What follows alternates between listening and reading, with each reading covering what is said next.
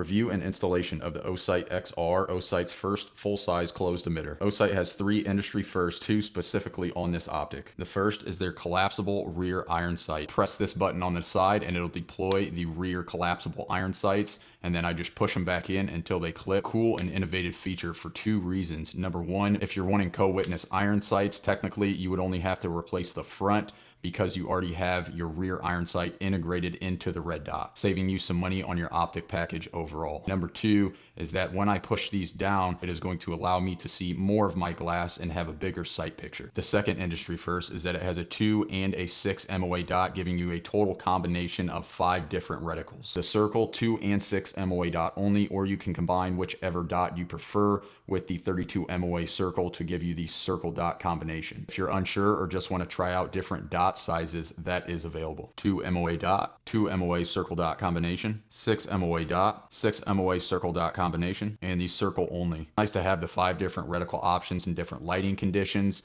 If you're in a darker area, the 2 MOA dot is going to be helpful and not bloom as much. If you're outside in a bright daytime atmosphere, the 6 MOA dot can be more helpful for that. The third industry first, which is pretty well known, is Osight's magnetic charging cover. If you prefer battery powered, that model will be released in the future. Big pro to this is that it takes the common RMR footprint, so it'll work with your RMR milled slides and adapter plates. I like that because you don't need any special adapter plates or milling like the acro footprint, which is common to see on other closed emitter optics. Because of using this footprint, the planes of glass on the closed emitter are very close together. I think that's an advantage, having a shorter distance to look through, because if the optic turns one way or another, there's not extra housing getting in the way. For everything here, we have an MSRP of $300. I believe the battery powered version will be cheaper. This is the most affordable full-size closed emitter of this quality on the market that I've seen. The housing is 7075 T6 aluminum. It's beefed up around the lens, but it is still a compact size. A stronger aluminum that's going to make it more durable and has an impact resistance of 4.5 feet. With this material and construction of the housing, this is where I believe Osight enters the duty and self-defense category. A spherical lens for zero distortion and anti-reflective coating, this glass is pretty clear to look through. Very big 0.91 by 0.71 inch window. I really appreciate the big size window in such a compact package because it's common to see a small window on closed emitters. Battery indicator between the brightness buttons. Osight continues with the nicest packaging I've seen. On mode 4, the first daytime brightness setting, we have 22 to 54,000 hours of battery life depending on which reticle you choose. If you have the motion sensor on, which I would recommend, it will increase the battery life and it shuts the reticle off after 3 minutes of no movement. 11 total brightness settings, 8 daytime and 3 night vision. The reticle does get very bright and bright enough for daytime use. Charging cover has 5 full charges for a total of 132 to 324,000 hours depending on your reticle. USB-C charging with the included charging cord. Battery indicator that you can check with this side button. If you place the cover on the optic, it'll show you the charge on the optic. 2.5 hours to fully charge the cover and 1.5 hours to fully charge the optic. You can be plugged in while you are charging both. Comes with your lanyard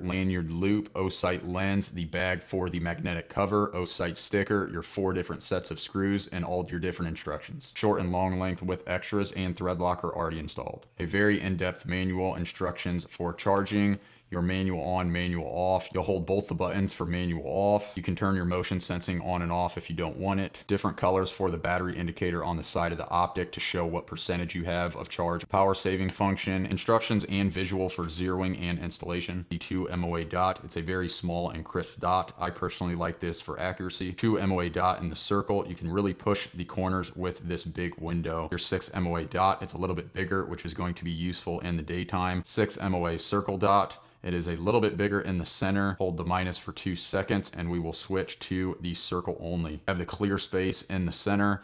If we go up and down, you can see the changes, but if we go to the max level, this is very bright. Max brightness on the 2 MOA dot. We will move on to the installation. You'll need a T10 Torx bit, or you can use the included Osight tool, some blue medium strength thread locker for your adapter plate screws. If you have to use an adapter plate, which I will be using, this is a RMR to MOS adapter plate for my MOS Glock. I'll be using 2 of these short length screws on the right side of the number 6 by 32s. Place the adapter plate on the slide with the 2 posts going forward. Add some blue thread locker to your adapter plate screws and drop them in the front holes. Start to get them threaded in. Follow the torque specs for the adapter plate manufacturer.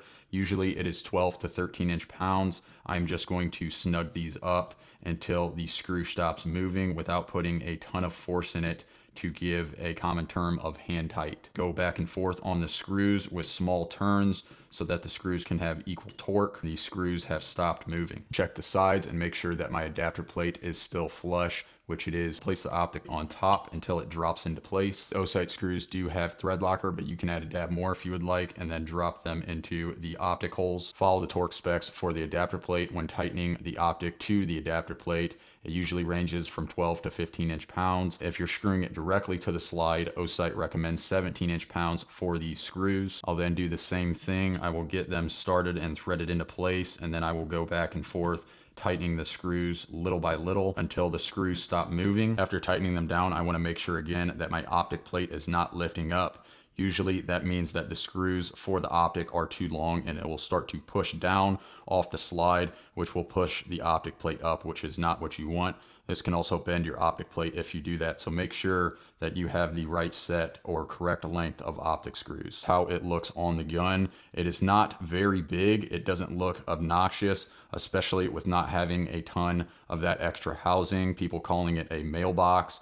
I really like the short length on that. Because I have backup irons, you can't see this as well, but when I pop these up, these are pretty much the same height as the iron sight I have installed currently. The integrated sights are slightly lower, if anything. I am going to get a co-witness. It is a low one. It's in that 1/5 range, which is really what I prefer anyways, so that I can see most of my Optic glass. Also, when we look at the seal for the glass all the way around, there's no breaks and it connects completely on the front and back. So that is a good sign as well, especially for a closed emitter, that you're not getting debris or moisture or fog inside. Overall, I really like what Osight did with their XR. I'm glad that they put out a full-size closed emitter. I appreciate the bigger window on the glass. I like how it's not super big and bulky, and they removed a lot of this excess material. I think it's impressive for Osight to have 3 industry firsts: the magnetic charging cover, the integrated collapsing sights, and the 5 different reticle options with the 2 MOA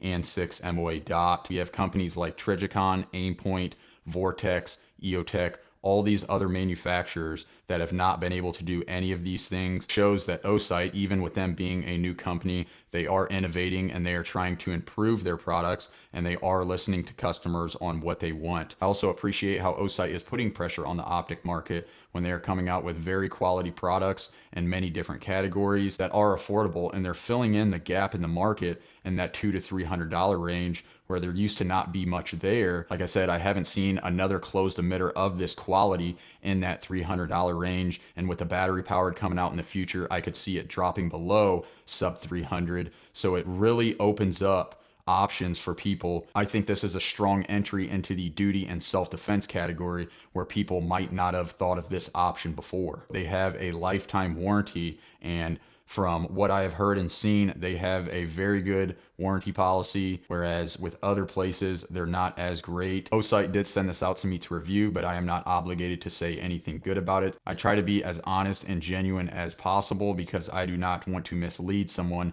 in the wrong direction. I think that this product would be good for somebody who is looking for a more affordable Optic, but still wants a lot of capability and quality. Also, somebody who might not be sure about what dot they want to run. It has many options for that. Somebody who wants to save a little bit in the rear iron sight. I think this or other Osight optics are very hard to beat for the price. I believe that Osight optics are the best in the pricing category of anywhere from $150 to now $300, mainly because the magnetic charging cover adds a little bit of cost, but it being an enclosed emitter, the integrated sights, and the 5 different reticle options. Osight's optics are a great entry point, or even for somebody who is just tired of paying premium prices. With the quality, the construction of the housing, and that more durable aluminum that they're using, beefing up around the glass, I do think that this could be used for duty and self-defense. If you want to see more videos like this, please like, comment, share, and subscribe to help support the channel, and thank you for watching.